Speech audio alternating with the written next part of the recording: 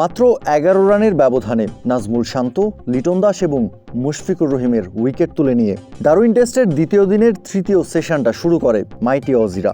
Darwin টেস্টে বাংলাদেশকে প্রথমবারের মতো ব্যাকফুটে ঠেলে দেওয়ার চেষ্টা, কিন্তু এরপরই ব্যাট হাতে মেহেদী হাসান মিরাজ এবং হাসান মাহমুদ মিলে গড়ে তোলেন তীব্র প্রতিরোধ। দলীয় 308 রানে সবশেষ মুশফিকুর রহিমের উইকেট হারানো বাংলাদেশ দ্বিতীয় দিনের খেলা শেষ করেছে 351 রান নিয়ে। স্কোরবোর্ডে উইকেট সংখ্যাটা তখনও 6, অর্থাৎ আর কোনো উইকেট হারায়নি বাংলাদেশ। 73 বলে 32 রান করে অপরাজিত আছেন মেহেদী হাসান মিরাজ। এদিকে মিরাজের চাইতেও 3 বল বেশি খেলে, অর্থাৎ 76 বল খেলে 13 রান করেছেন হাসান মাহমুদ। এখানে হাসানের 13 রান খুব বেশি গুরুত্ব বহন না করলেও হাসানের খেলা 76টা বল বাংলাদেশকে কলাপস ঠেকাতে সাহায্য করেছে। দ্বিতীয় দিন শেষে ডারউইন টেস্টে 153 রানের লিডে আছে বাংলাদেশ। এখনও হাতে আছে 4টা উইকেট। তাই তো টাইগারদের লক্ষ্যটা সেই একই থাকবে, যতটা বেশি সম্ভব লিড বাড়িয়ে নেয়া। তানজিদ হাসান তামিমের পর সেঞ্চুরির পথে হাঁটছেন আরও এক বাংলাদেশি ব্যাটার নাজমুল হোসেন শান্ত। ডারউইন টেস্টের দ্বিতীয় দিনের দ্বিতীয় সেশন শেষে 88 রানের লিড নিয়েছে বাংলাদেশ। নাজমুল শান্ত অপরাজিত আছেন 79 রানের ইনিংস খেলে। ব্যাট হাতে শান্তকে যোগ্য সঙ্গ দিচ্ছেন অভিজ্ঞ ব্যাটার মুশফিকুর রহিম। 35 বলে 26 রান করে অপরাজিত আছেন মুশফিকও। বাংলাদেশের সামনে এখন লক্ষ্য একটাই, যতটা সম্ভব অস্ট্রেলিয়ার বিপক্ষে প্রথম ইনিংসেই লিড বাড়িয়ে নেয়া। নাথান লায়নের বল লং অফে ঠেলে দিয়ে রান নিতেই উচ্ছ্বাসে ফেটে পড়লেন তানজিদ হাসান তামিম। হেলমেট আর ব্যাটটা উঁচিয়ে ধরলেন খুশিতে। তাকিয়ে সেটা দেখলেন প্যাট কামিন্সরা। দৌড়ে এসে তানজিদ তামিমকে জড়িয়ে ধরলেন। খানিক আগেই বাসবল স্টাইলে ব্যাট করে 50 তুলে নেয়া বাংলাদেশের ক্যাপ্টেন নাজমুল হোসেন শান্ত। নিজের ক্যারিয়ারের প্রথম 50টাকেই টেনে সেঞ্চুরিতে রূপান্তর করেছেন তানজিদ তামিম, সেটাও অস্ট্রেলিয়ার মতো দলের বিপক্ষে দাপট দেখিয়ে।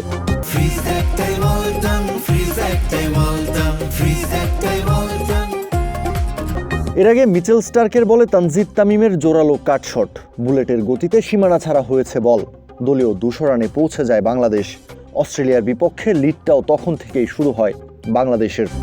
অবশ্য সেঞ্চুরি করার পরপরই আরও আগ্রাসী ব্যাটিংটা করতে গিয়ে নিজের উইকেটটা নাথান লায়নকে বিলিয়ে দিয়েছেন তানজিদ তামিম। হাফ ভলি বলে বড় শট খেলতে গিয়ে ক্যাচ তুলে দিয়েছেন মিচেল স্টার্কের হাতে। স্লিপে স্টিভ স্মিথের ক্যাচ মিসের আক্ষেপটা কেটেছে তানজিদ তামিমের। এবার স্মিথ নিজেই মিস করেছেন তামিমের ক্যাচ।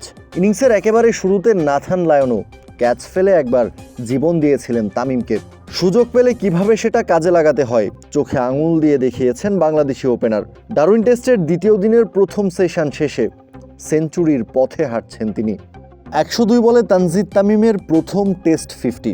খানিক বাদেই মুমিনুল হকও ছুঁতে পারতেন একই মাইল ফলক, কিন্তু 49 রানে আউট হয়ে ফেরেন অভিজ্ঞ এই ব্যাটার।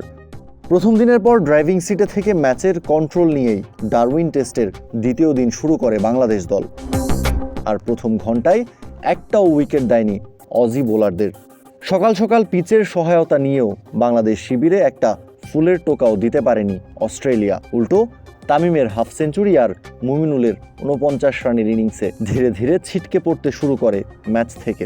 বাংলাদেশের ব্যাটিং ইনিংসের 40তম ওভারে মুমিনুল আউট হলে কিছুটা স্বস্তি পায় ধুঁকতে থাকা অস্ট্রেলিয়া। যদিও মাঠে ভুলভাল সিদ্ধান্ত নিয়ে সমালোচনার কাঠগড়ায় দাঁড়াতে হচ্ছে গোটা দলকেই। মুমিনুল হক তানজিদ তামিমের দায়িত্বশীল এবং সাবধানী ব্যাটিংয়ে উইকেট না পেয়ে যেন চোখে মুখে সর্ষে ফুল দেখছে প্যাট কামিন্স, মিচেল স্টার্করা। স্টার্কের লেগ স্ট্যাম্পের বাইরের বল তানজিদ তামিমের পায়ে লেগে চলে যায় উইকেট কিপার অ্যালেক্স ক্যারির হাতে। অথচ উইকেট কিপার ক্যারি সহ গোটা অস্ট্রেলিয়া দল ক্যাচের আবেদন তোলে। আম্পায়ার সাথে সাথেই না করে দেন। ব্যাপারটা এখানেই শেষ হতে পারত, কিন্তু অস্ট্রেলিয়ার ক্যাপ্টেন সিদ্ধান্ত নিলেন রিভিউ নিলেনও, কিন্তু কাজের কাজ তো হলোই না, উল্টো কুড়াতে হলো কঠিন সমালোচনা। কেননা রিভিউতে স্পষ্ট দেখা গেল ব্যাট থেকে বহু দূরে বল। এর আগে হাসান মাহমুদের 6 উইকেট আর তাসকিন ইবাদতের জোড়া শিকারে অস্ট্রেলিয়াকে মাত্র 198 রানে অল আউট করে দিয়েছিল বাংলাদেশ। এরপর ব্যাট করতে নেমে 24 ওভারে 1 উইকেট হারিয়ে 96 রান নিয়ে প্রথম দিনের খেলা শেষ করেছিল টাইগাররা। কাউসার শান্ত, ক্রিক ফ্রেঞ্জি।